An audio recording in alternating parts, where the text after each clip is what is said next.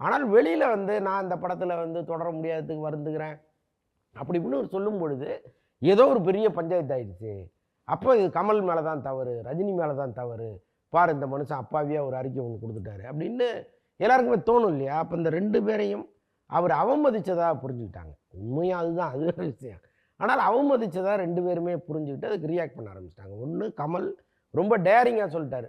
என் ஹீரோவுக்கு எப்ப கதை புடிக்குதுன்னு சொல்றாரோ, அதுவரைக்கும் நாங்க கதை கேட்போம் அப்படின்னு அவர் சொல்ட்டாரு. அதுவே வந்து சுந்தர் சிக்கு சொன்ன சரியான பதில். இன்னொரு பக்கம் ரஜினி வந்து கமல்ட்ட அவர கூப்பிடாதீங்கன்ட்டாரு. ஆக்சுவலா கமலுக்கு என்ன நோக்கம்னா, மீண்டும் குஷ்புட்ட பேசி, சுந்தர் சிகிட்ட பேசி, வந்துருங்க ப்ராஜெக்ட் உள்ள. ஏன் இதுக்கு எதுக்கு இவ்ளோ கோவம்?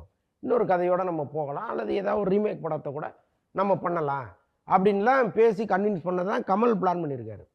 ஆனால் ரஜினி என்ன சொன்னாரா, இல்ல அவரு போனவரு போகட்டும், திரும்ப கூப்பிடாதீங்க. நம்ம வேற டைரக்டர பார்த்துக்கலாம்ன்னு சொல்லியிருக்காரு.